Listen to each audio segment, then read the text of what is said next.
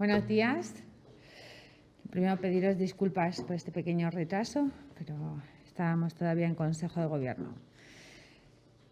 Bueno, como siempre, os doy la bienvenida a esta rueda de prensa que celebramos tras la reunión semanal de este Consejo de Gobierno de la región de Murcia.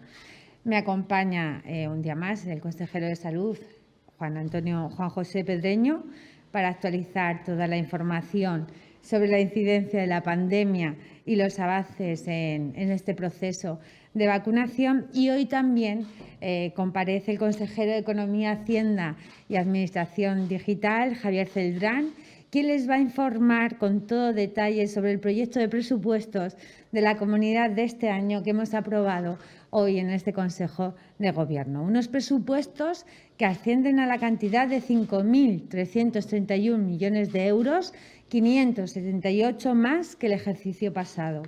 Son unos presupuestos cruciales para nuestra región y en cuya elaboración hemos puesto el máximo trabajo y esfuerzo de colaboración.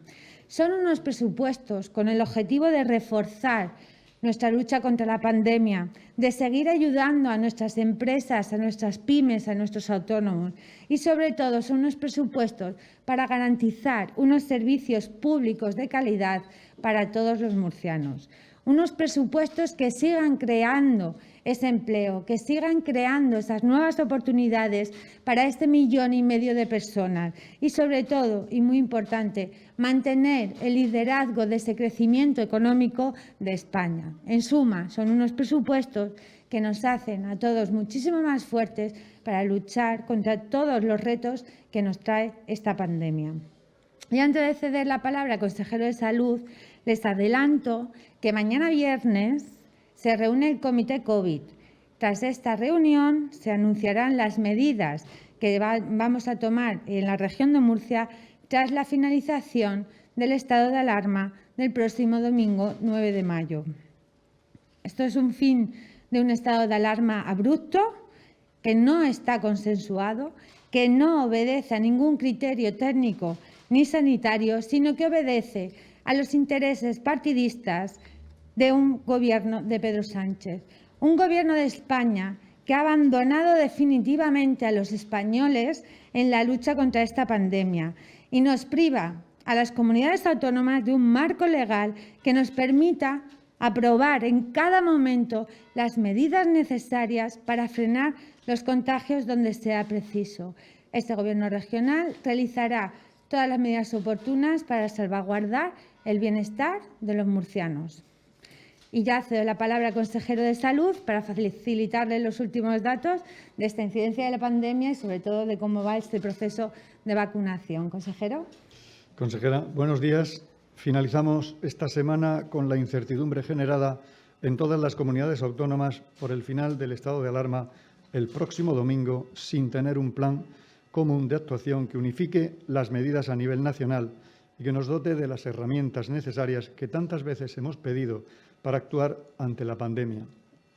En la reunión de ayer tarde del Consejo Interterritorial del Sistema Nacional de Salud, la región de Murcia insistió en la necesidad de este plan, obteniendo de nuevo el silencio por respuesta por parte del Gobierno central.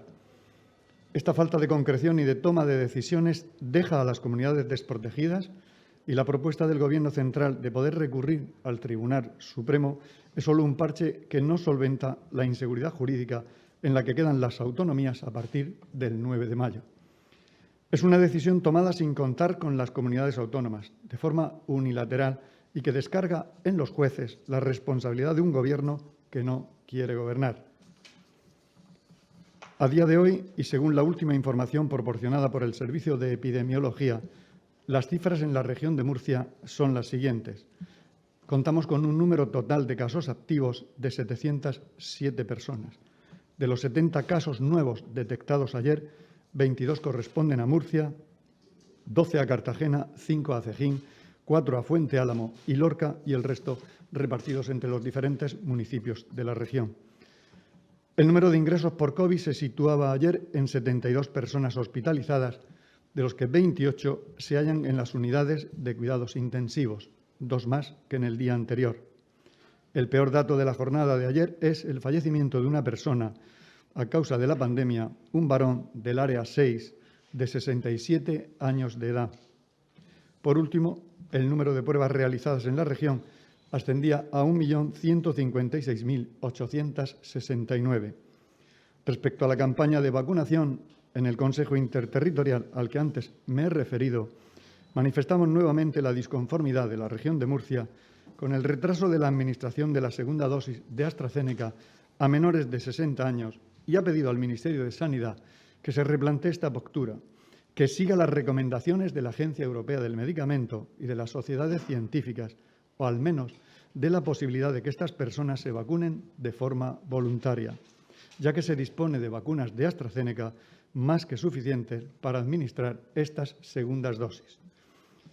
Mientras esperamos una contestación del Ministerio, seguimos progresando en nuestra campaña de vacunación y ya hemos comenzado a citar a las personas comprendidas entre los 50 y 59 años a partir de mañana, para lo que se está citando mediante llamada telefónica. Superamos esta semana el 60% de la población vacunada del grupo de 60 a 69 años, con lo que la inmunización del grupo de 50 a 59 años se hará de forma paralela con las vacunas disponibles para este tramo, Pfizer, Moderna o Janssen. Durante este viernes y el fin de semana vacunaremos a este nuevo tramo de edad en Murcia, Nueva Condomina, el viernes en Cartagena y el sábado en Cieza. La previsión es vacunar a más de 12.000 personas. El objetivo principal es seguir progresando en la inmunización de la población con todos los recursos disponibles. Para hoy jueves se ha citado un total de 17.690 personas para ser vacunadas en los diferentes municipios. Según los últimos datos del servicio de vacunación, en la región de Murcia registra un total de 473.203 vacunas administradas, de ellas 130.306 son en segundas dosis.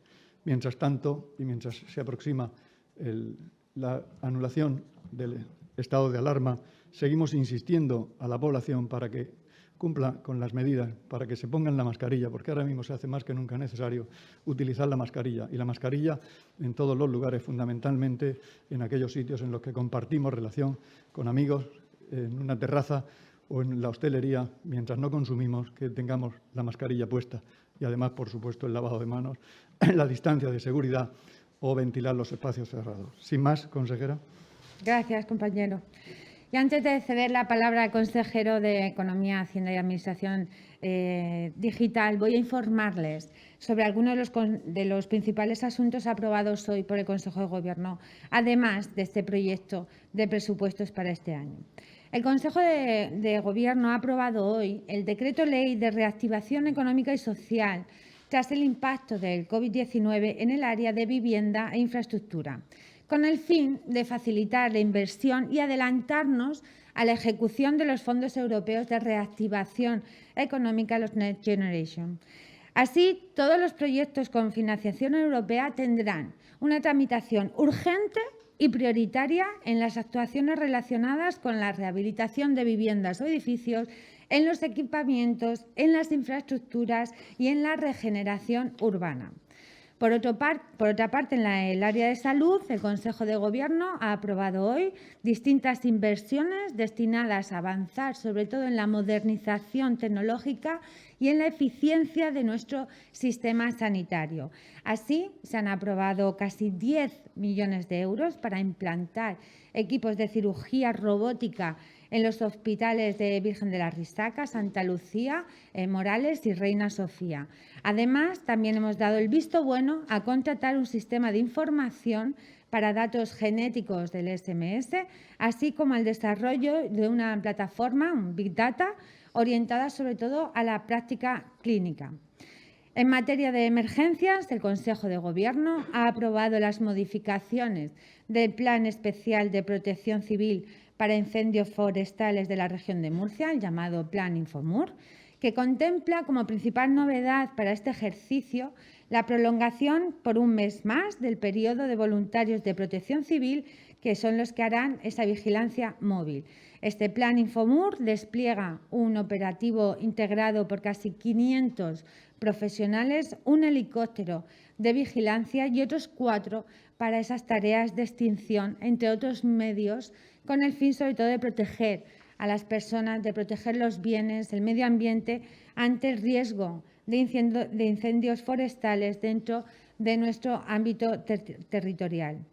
Y por último, me gustaría destacar hoy que he dado cuenta, como consejera de Empresa, Empleo y Universidades a este Consejo de Gobierno, de la convocatoria de las ayudas a la contratación de titulados de formación profesional de grado superior para realizar las prácticas en universidades, en organismos y entidades públicas de investigación, también en centros tecnológicos y otros centros de I+D+I, así como empresas innovadoras que estén ubicadas en la región de Murcia. Estas ayudas, convocadas a través de la Dirección General de Investigación e Innovación Científica, cuentan con un presupuesto de 916.000 euros y están cofinanciados con el Fondo Social Europeo. Se destinará un importe bruto de 13.300 euros por trabajador para financiar su salario. Los contratos de prácticas deberán tener un año de duración a jornada completa y los beneficiarios deberán estar inscritos en el SEF como demandantes de empleo y haber finalizado sus estudios en 5 años y, si son personas discapacitadas, en 7 años. Disponen ya de más información también sobre estos asuntos en la documentación que les facilitamos siempre tras esta rueda de prensa. Y cedo ya la palabra al consejero de Economía, Hacienda y Administración Digital para informarles de todos estos detalles del proyecto de presupuestos 2021. Javier. Muchísimas gracias, consejera, consejero. Muy buenos días a todos. Les voy a resumir los principales aspectos que recoge el proyecto de ley de presupuestos generales de la región de Murcia para el ejercicio 2021 que acabamos de aprobar en Consejo de Gobierno. Un proyecto que ha llegado, como saben, a este Consejo de Gobierno mucho más tarde de lo que hubiéramos deseado. La actitud irresponsable de quienes jugaron durante meses a conspirar en Madrid, anteponiendo su interés personal y su ambición de poder al interés del 1,5 millones de murcianos, nos ha retrasado. Más de 5 meses, en el peor de los momentos, cuando afrontábamos la mayor crisis económica y social que hemos vivido en nuestra historia reciente. Pero no vamos a perder ni un minuto más en recordar esto. Les aseguro que este Gobierno, el Gobierno de Fernando López Miras, está preparado para recuperar en los próximos intensos meses de 2021 la velocidad de crucero que nos permita alcanzar ese objetivo con el que hacemos estas cuentas. Un objetivo común que ha aunado la voluntad y entendimiento de quienes formamos parte de este Gobierno, que no es otro que volver a la senda del progreso y el bienestar del 1,5 millones de personas que viven en nuestra tierra después de la pandemia que lo cambiara todo en marzo de 2020. Más de un año amenazados por la peor de las pesadillas. Por tanto, nuestro horizonte es uno: superar la pandemia sanitaria, social y económicamente. Y para ello blindamos y blindaremos los servicios públicos, atenderemos las necesidades de las familias, trabajadores y empresarios y consolidaremos a la región de Murcia como un espacio de libertad económica. Un modelo de moderación fiscal, de simplificación administrativa y, por supuesto, también de seguridad y confianza, que apuesta decididamente por poner facilidades a los inversores y a los que crean puestos de trabajo y riqueza. Son unas cuentas, como veremos, con 578,2 millones de euros más que el pasado año, lo que se traduce en un crecimiento del 12,2% respecto al año anterior. Un presupuesto que llega hasta los 5.331 millones de euros. Prácticamente 15 millones de euros diarios que vamos a invertir con la máxima eficiencia para que cada euro que sale del bolsillo de los murcianos se destine a prestarles los mejores servicios públicos, a reactivar la economía, a atender a quienes más lo necesitan, a tomar impulso, aprovechando la llegada de los fondos Next, para transformar esta región gracias a la economía verde, la digitalización, la transición energética y la vertebración territorial y social. Como siempre, guiados por el empeño de ser cada vez más eficientes, poniendo los recursos donde son más necesarios y donde aporten mayor rentabilidad social y económica, centrando todo nuestro esfuerzo por lograr los objetivos de estabilidad presupuestaria a pesar del castigo permanente que sufre nuestra región por parte del Gobierno de España. Comenzaré el análisis del proyecto de presupuesto recordándole brevemente los datos macroeconómicos. Como saben, los avanzamos cuando anunciamos el techo de gasto, unos datos que fueron avalados por la AIREF y que en aquel momento pues estimamos una caída del PIB en el ejercicio 2020 del 8,6%, cuando 6 meses después, más tarde, el valor promedio de las estimaciones de las principales entidades económicas del país, Hispalic, Funcas, BVA y AIREF, lo situaban en el 8,3% y señalábamos un crecimiento económico en función de la evolución de la pandemia entre el 6,4% y el 7,2%, lo que hoy en día sigue coincidiendo con el valor promedio de las estimaciones que ahora se barajan. En cuanto al empleo, preveíamos una caída del 1,4% en 2020, cuando los datos de la EPA han dejado esa caída en el 1,1% y un incremento del empleo del 2,7% hasta alcanzar los 621.500 ocupados. Un objetivo que además parece alcanzable después de ver los datos de la EPA correspondiente al primer trimestre de 2021. Todo ello haría que la tasa de paro en la región se sitúe a finales de año en el 16,9%, una cifra alejada de la tasa nacional prevista en el 17,9%. Con este escenario macroeconómico, la previsión de ingresos no financieros asciende a 4.930,4 millones de euros, es decir, 220,9 millones de euros más que las previsiones presupuestarias de 2020, lo que significa y representa un incremento del 4,7%. En cualquier caso, igual que les advertí, con motivo de la aprobación del límite de gasto no financiero, el crecimiento de los ingresos en 2021 no debe conducirnos a error. Se debe exclusivamente a transferencias excepcionales y a fondos europeos vinculados con el COVID. De hecho, si descontamos estos tipos de ingresos, el resto de recursos que recibe la región experimentan una caída global de 260 millones de euros con respecto a 2020, lo que representa una minoración de ingresos del 5,7%. Una caída que se explica fundamentalmente, por una parte, por el descenso que va a experimentar la recaudación de tributos, un 21,1%, y también, lógicamente, también por el descenso de los recursos que nos llegan del sistema de financiación autonómica. En este sentido, el sistema de financiación autonómica, que aporta más del 70% del total del presupuesto de ingresos, ve reducida su cuantía un 2,6% respecto al ejercicio 2020. Es decir, el sistema de financiación autonómica aporta 92,4 millones de euros menos este año que en 2020. En el peor escenario económico, sanitario y social de nuestra historia, desciende el saldo de liquidación un 11,1% y las entregas a cuenta un 1,7%. Y, sobre todo, nos castigan con el fondo de suficiencia, un fondo que se ha convertido en el mayor talón de Aquiles del sistema de financiación para la región y en la peor noticia para el sistema de financiación en nuestra región. Según cálculos provisionales, en base al año 2007, este fondo ascendía a 412 millones de euros y, sin embargo, para este ejercicio 2021, detrae de nuestro sistema de financiación 224 millones de euros. Es decir, un fondo que se crea para ayudar a las comunidades autónomas con menor crecimiento, resulta que se convierte en un fondo que detrae fondos de comunidades autónomas como la región de Murcia y que nos hace la peor tratada junto con la Comunidad Valenciana en el sistema de reparto del sistema de financiación autonómica.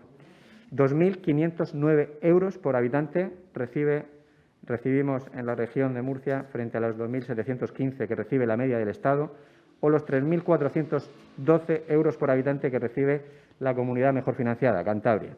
Ya lo hemos dicho en muchas ocasiones, urge de forma absolutamente clara la reforma del sistema de financiación autonómica porque es un sistema injusto, inequitativo, insolidario y que está generando una grave inequidad entre las comunidades autónomas y un grave perjuicio a la región de Murcia. Un sistema que nos está desangrando y que es la causa fundamental del crecimiento de nuestra deuda. Siendo este el escenario, la subida del presupuesto se debe fundamentalmente a tres factores. El primero, la transferencia estatal extraordinaria para atender los gastos derivados del COVID-19, con unos 350,2 millones de euros, un fondo COVID que se nos anunció del Ministerio de Hacienda que recibiríamos equivalente al 1,1% del PIB y que hasta el momento no sabemos nada del Ministerio con respecto a cuándo y cómo van a hacer este pago de este fondo. Y, en segundo lugar, también tiene que ver este crecimiento con el incremento de los fondos que vienen de la Unión Europea. Hablamos fundamentalmente de los fondos vinculados con el programa REACT-EU. En particular, son 258 millones de euros que llegan a la región de Murcia para el periodo 21-23 y este año en presupuestos incorporamos 101 millones de euros de este fondo REACT a los presupuestos de la comunidad autónoma. Y, en tercer lugar, el crecimiento de nuestro presupuesto tiene que ver también con el margen adicional de déficit que nos permite el Estado, el 1,1% del PIB, es decir, nos permiten endeudarnos hasta 350 millones de euros en este ejercicio.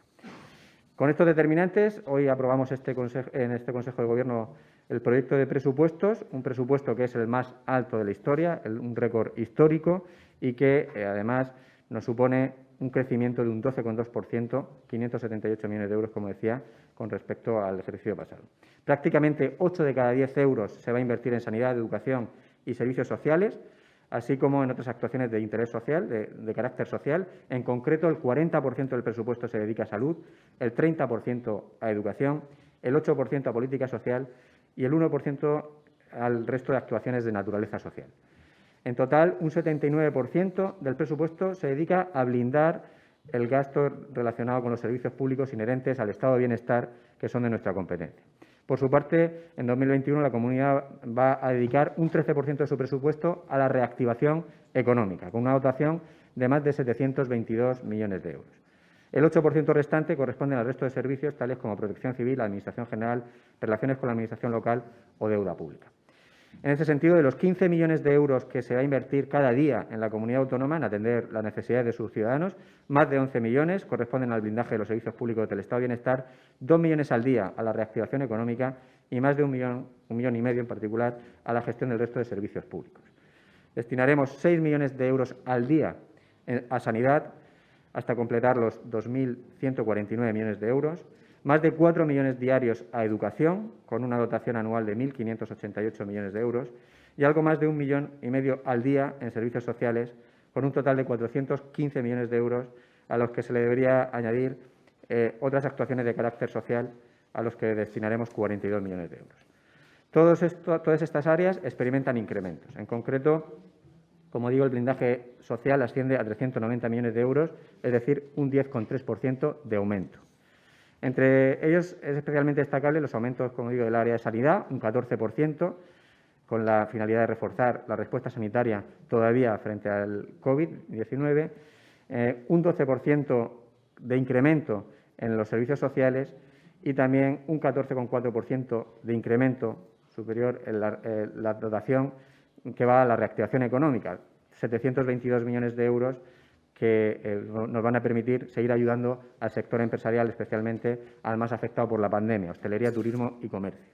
En este apartado destaca especialmente las subidas en el área de empresa del Instituto de Fomento, que aumenta en un 400% su presupuesto con respecto al año pasado, llegando a los 70 millones de euros. Así, el incremento en turismo, por ejemplo, también es del 229% hasta superar los 50 millones de euros. Y destaca el aumento en un 72% del presupuesto en economía social y trabajo autónomo, o el incremento en un 31% del fomento de las telecomunicaciones, que contará con 34 millones de euros. También el área de medio ambiente supone un incremento y muy especialmente la recuperación del Mar Menor. Allí se va a dedicar 55 millones de euros, 15 millones más que el pasado año, a medidas de protección, recuperación del ecosistema del Mar Menor, a infraestructura y a la dinamización económica que dé respuesta al impacto del impacto que la situación de la laguna ha tenido en la zona. Más de 18 millones de euros para protección y recuperación ambiental del Mar Menor y casi 28 millones de euros para mejorar infraestructuras en la zona, además de 9 millones para la dinamización económica y turística del entorno. Lo que necesitamos, porque además es de justicia, es que el Gobierno de España además ejecute las inversiones necesarias para proteger un espacio único en el mundo, como es el Mar Menor, y para garantizar la seguridad de los habitantes de su entorno. Y para ello hay una hoja de ruta que no sabemos en qué situación se encuentra, quizá en algún cajón de algún ministerio, como es el Plan Vertido Cero, del que no sabemos absolutamente nada. En todo caso, los grandes artífices de las actuaciones que vamos a desarrollar este año serán, como siempre, los empleados públicos, para lo que estas cuentas también cuentan con una subida salarial del 0,9%, igual a la que establecían los presupuestos generales del Estado, al tiempo que se congelan las retribuciones de los altos cargos y del personal eventual de gabinete.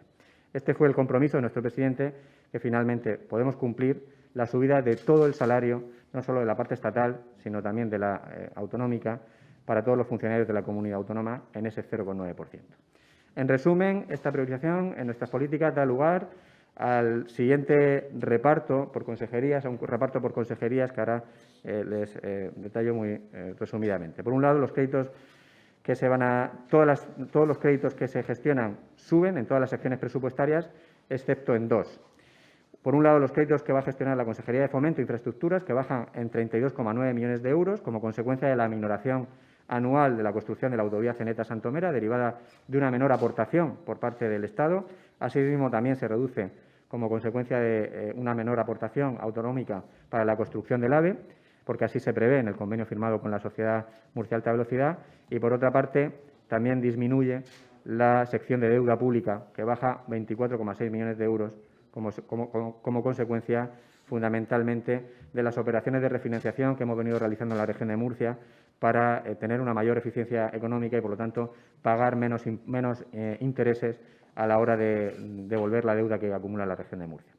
Como he dicho, el presupuesto de 2021 es el principal instrumento de política económica con el que contamos y que, además, es el que nos va a permitir también seguir bajando impuestos. Este es el camino que nos ha marcado el presidente, Fernando López Miras, y que lo marcó desde el año 2018, diametralmente opuesto a lo que viene realizando el presidente del Gobierno de España, Pedro Sánchez. Lo estamos viendo estos días. A la amenaza cada vez menos velada de la armonización fiscal se ha consumado este fin de semana la propuesta a Europa de eliminación de la reducción por tributación conjunta de IRPF, una subida de impuestos que querían imponernos por la puerta de atrás y que, desde luego, desde la región de Murcia rechazamos contundentemente.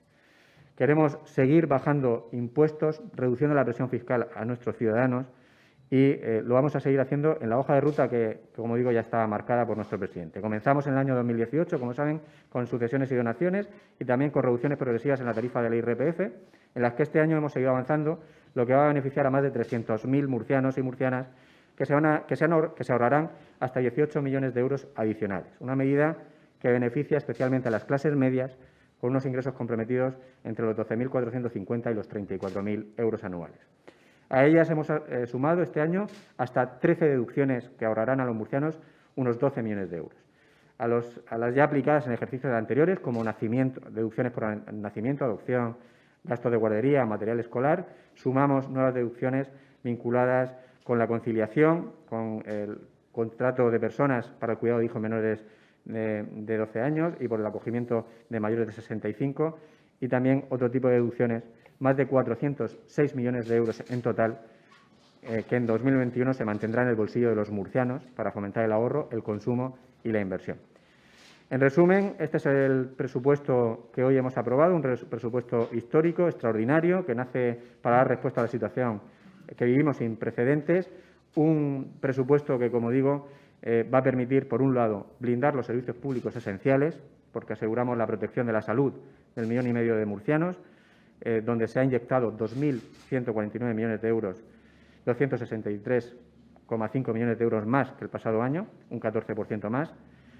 Nos permite también apoyar el futuro de nuestros hijos con una apuesta superior a los 1.587 millones de euros en educación, casi un 80% más que el pasado año, y velamos también por los que más lo necesitan, nuestros mayores, personas con discapacidad y colectivos en riesgo de exclusión, para los cuales también incrementamos con más de 457 millones de euros, un 50% más que el pasado año. Afrontar también con decisión la reactivación económica, con el apoyo decidido al sector empresarial, a los autónomos y a los sectores más perjudicados por la pandemia.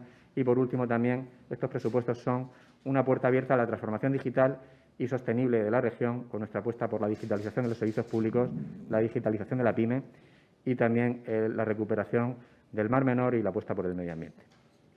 Muchas gracias. Gracias, compañero. Ya quedamos a su disposición para cualquier pregunta que deseen realizar. Tengo dos preguntas para el consejero de Salud. La primera es que nos aclare exactamente cuando ha dicho 12.000 vacunados, se refería a 50-59 este fin de semana, ¿no? Durante todo el fin de semana. Vale. Y la segunda pregunta tiene que ver con las medidas que se van a tomar después de que decaiga el estado de alarma. El presidente decía que quería tener un porcentaje elevado de vacunados mayores de 60 para poder abrir el cierre perimetral. No sé, me imagino que se refería a primeras dosis de esas personas de mayores de 60, porque en ese tramo están con AstraZeneca y hasta julio, por lo menos, no recibirán La segunda es si con ese 60% que decía ahora, que hay vacunado de mayores de 60 a 69, se podría pensar ya en que el lunes no hubiera cierre perimetral en la región de Murcia, si se dan ya esas condiciones. La primera pregunta que hacía, efectivamente, este fin de semana, entre Murcia, Cartagena y Cieza, se van a vacunar 12.000 personas de 50 a 59 años. En Nueva Condomina se va a vacunar los 3 días, viernes, sábado y domingo. En Cartagena se hará el viernes y el sábado en Cieza. Y en cuanto a las medidas, mañana, como ha anunciado la consejera, se reúne el comité COVID precisamente para valorar las medidas que se puedan llevar a cabo. En cuanto a los porcentajes, hablamos de un porcentaje, pero de vacunación, sobre todo en un 60% de la población mayoritariamente. Realmente, por encima del 60% a los mayores de 60 años tampoco es suficiente. Deberíamos hablar de un 90%, es decir, que el porcentaje debería subir, efectivamente. Claro. Necesitamos un porcentaje mayor para proteger a la población, porque al margen de que los mayores de 60 años, que son los más vulnerables, estén protegidos, piense que alrededor de un 27-28% llevamos de vacunación en la población, es decir, que en general es escaso. Y en España también la media es similar. Por lo tanto, consideramos que dentro de la pandemia debemos tener un porcentaje mayor de población protegida para que se pueda hacer una desescalada masiva. Por tanto, mañana se reúne el Comité COVID, veremos las medidas que son necesarias y útiles para proteger a la región y a las personas de la región de Murcia. Hola, buenos días. Vamos a ver, yo tenía varias preguntas para el consejero de Hacienda relacionadas con los presupuestos. La primera, ¿tienen garantizada la mayoría absoluta en la Asamblea para aprobar los presupuestos? Y si es así, ¿quién compone esa mayoría? Otra más, la subida salarial de los empleados públicos se va a aplicar con carácter retroactivo. Los 4 meses que ya llevamos del año, ¿cuándo se les va a abonar la subida correspondiente a esos 4 meses? Y quería también preguntarle por, no sé si ha dado el dato, en fin, por el tema de las inversiones reales. El capítulo presupuestario de inversiones reales, ¿cuánto aumenta, si aumenta o si... ¿Cómo cambia con respecto al presupuesto del año pasado? Bien, con respecto al primer punto por el que preguntaba, desde el Gobierno regional, por supuesto, hemos mantenido conversaciones para intentar garantizar esa mayoría necesaria y, por supuesto, lo que entendemos es que tendremos una mayoría suficiente, apelando también a aquellos diputados que entiendan que estos presupuestos, que son los de la recuperación, unos presupuestos históricos y que, como bien saben, apuestan, como he explicado anteriormente, por la recuperación económica, por el blindaje de los servicios sanitarios, educativos y por la política social, pues que tengan esa altura de mira y los apoyen. Va a depender de ellos, no hay un sí explícito en algunos de ellos, pero entendemos que hay diputados que podrán apoyarlos para que podamos sacar adelante estos presupuestos. Por otro lado, con respecto a la subida de los funcionarios, por supuesto, la subida es retroactiva, pero tendrán que estar aprobados los presupuestos para que se puedan aplicar.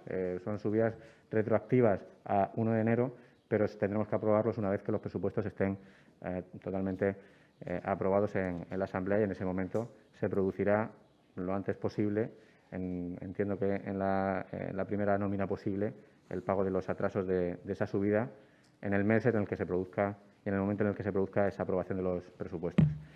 Y con respecto a las inversiones, pues me va a permitir que le hagamos llegar los datos, porque no tengo el detalle aquí exactamente de las inversiones totales. Creo que sí que subimos en inversiones, incluyendo, por supuesto, inversiones y transferencias de capital. En el gasto consolidado de comunidad autónoma y organismos autónomos se sube un 8,3% las inversiones, en total 31 millones de euros más. Llegamos hasta los 408 millones, casi 9 millones, 408,9 millones de euros en el capítulo 6 y 7, en el de inversiones y el de transferencia de capital. Sí, mi pregunta era para el señor consejero de Salud. Hablaba usted de que se necesita un mayor porcentaje de vacunación para una mayor o mejor desescalada de la población. si usted considera que se necesita un mayor porcentaje de vacunados, ¿cree que el Gobierno central debería haber ampliado el estado de alarma y que ahora no recaiga toda la responsabilidad en las autonomías? Gracias. Realmente, estado de alarma o no, es indiferente. Lo que siempre hemos pedido desde hace mucho Consejo Interterritorial son herramientas precisamente para que las comunidades podamos tener actuaciones que protejan a la población. Pero lo que está claro es que con la ley o el Real Decreto que ayer se publicó no da seguridad jurídica y nos deja totalmente desprotegidos. Por lo tanto, sí vemos un vacío y generalmente, y la mayoría de las comunidades apuestan porque indudablemente debería existir un plan B que proteja a las comunidades para adoptar medidas que de momento nos permita proteger a la población, sobre todo mientras el proceso de vacunación no avanza o no alcanza los porcentajes adecuados para que podamos hacer desescaladas. Hola, buenos días para el consejero de Salud. Saber el estado de los brotes. La semana pasada hablábamos de 4 brotes en diferentes municipios. No sé, que nos haga un balance de cómo están. Saben que hay un brote en Lo Campano, está controlado y bueno, se han afectado unas 39 personas. Hay otro en Altiplano, 2 concretamente, por uno procedente de una boda y el otro pues de una reunión familiar. También están controlados, se conocen. El de Ulea también, que era un brote familiar, también está controlado. Y bueno, teníamos otro también en Lorquí, que eran 3 brotes familiares que también están controlados.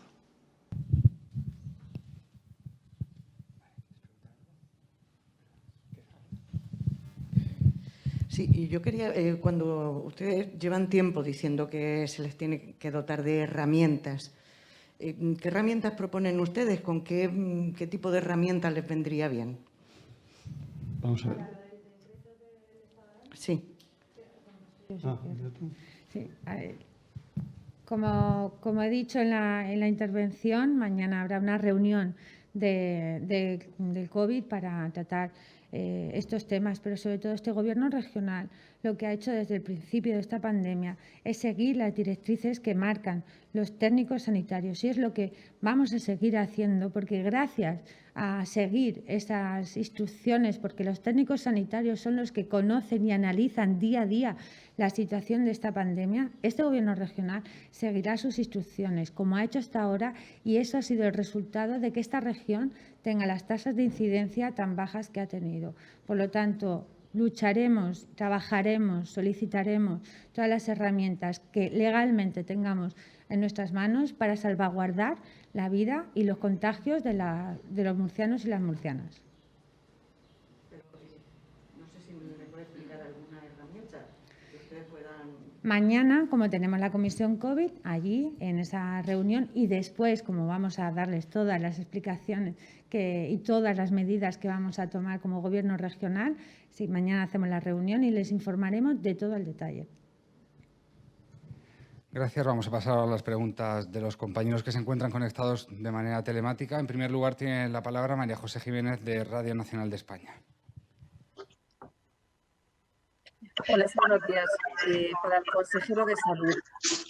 El presidente López Miras, en Televisión Española, en la noche electoral, señaló que la región tomaría las medidas dentro de sus competencias.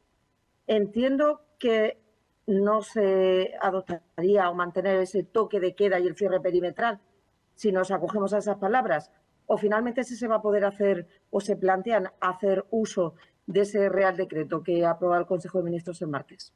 Es que volvemos a repetir lo mismo. Mañana tenemos un comité COVID en el que realmente se va a valorar las medidas necesarias que se pueden aplicar en la región de Murcia. Por tanto, esperen a mañana porque esperamos a tener ese informe técnico de los que participan en comité COVID para adoptar medidas y oportunamente se les informará.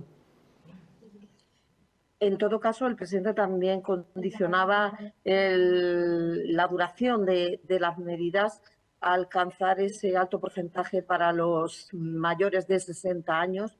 Por las cifras que se tienen ahora, y si tenemos en cuenta, es que no sé si se plantean que sean las 2 dosis, sería prolongar las medidas al menos un mes por el ritmo que llevamos de vacunación, ¿no? Cualquier tipo de restricción. No precisamos medidas, no precisamos tiempo ahora mismo de semanas, pero lo cierto y verdad es que todo está condicionado al proceso de vacunación, indudablemente. Y además piense usted también que a nivel nacional las incidencias siguen siendo muy altas. Luego, por tanto, no estamos en una situación idónea para hacer una desescalada de una forma masiva.